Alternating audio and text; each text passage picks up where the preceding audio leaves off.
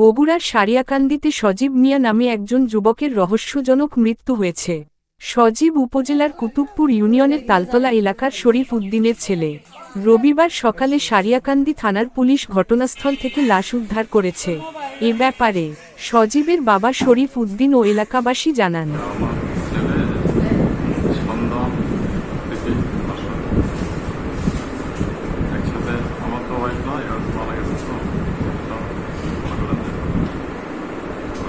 আমি নিজে রান্নাবান্না করে খাই।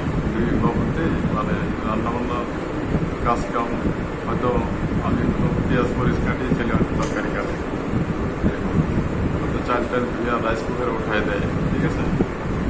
এরকমভাবে দুই বাবুতে মানে রান্নাবান্না করি, যতক্ষণ সময় রান্নাবান্না করি ততক্ষণ দুই বাবুতে একসাথে রান্নাবান্না করি।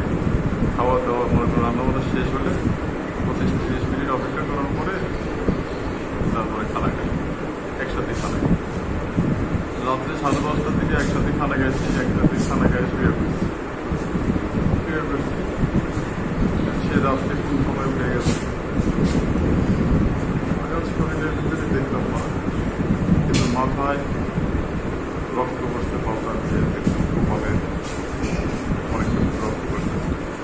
আবার ঘুম থেকে উঠে দেখেন আপনার পাশে নেই? ঘুমের থেকে উঠে দেখি না, রাত্রে কোন সময় যে উঠে চলে গেছে আপনি দেখিনি। আপনি কখন দেখলেন যে লাশটা?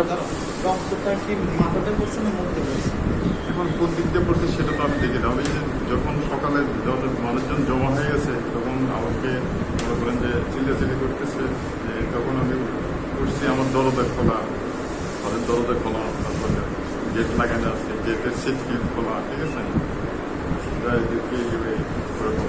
এরকম আমি পড়ে আছি। হ্যাঁ, নেশা খাচ্ছিল, আসলে নেশা খাচ্ছিল। কি নেশা করতো?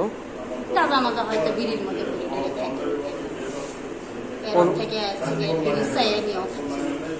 এ বিষয়ে বগুড়া জেলা অতিরিক্ত পুলিশ সুপার হোসাইন মুহাম্মদ রায়হান বলেন, আমরা আমাদের প্রাথমিক তদন্তে জানতে পেরেছি যে ভিকটিম রাত্রি 2:30টা পর্যন্ত তার বাবার সাথেই শুয়েছিল এবং ওই সময়গুলোতে কোনো প্রকার ঝামেলা বা অন্য কোনো প্রকার সমস্যা পরিলক্ষিত হয়নি। যখন ভোরবেলা হয়ে যায়, ভোরে তখন মানুষ দেখতে পায় তিনি উপর হয়ে পড়ে আছে। তো আমাদের যখন পুলিশের টিম যায় এবং জিজ্ঞাসাবাদ করা হয় তার বাবা সহ অন্যান্যদেরকে, তখন আমরা জানতে পারি যে হয়তো বা সে ভোরবেলায় ঘুম থেকে উঠে নেশা করার জন্য উঠেছিল। হয়তো বা ওই সময় সে কোনোভাবে সেন্সলেস হয়ে বা নিজের উপর নিয়ন্ত্রণ হারিয়ে পড়ে যায় উপর হয়ে, তখন হয়তো বা তার কপালে কেটে গিয়ে থাকতে পারে এবং তার আঘাতের চিহ্নটাও ওটাই নির্দেশ করতেছে। তার শরীরের অন্য কোথাও কোনো প্রকার আঘাতের চিহ্ন নাই। এটা মোটামুটি আমরা ধরে নিতে পারি যে সে নিজে থেকে নিয়ন্ত্রণ হারিয়ে পড়ে গিয়ে এই দুর্ঘটনাটি ঘটেছিল, দুর্ঘটনাজনিত মৃত্যু। এবং এ সংক্রান্তে তার বাবা আমাদের সারিয়াকান্দি থানায় একটা ইউডি মামলা করার জন্য আবেদন করেছে।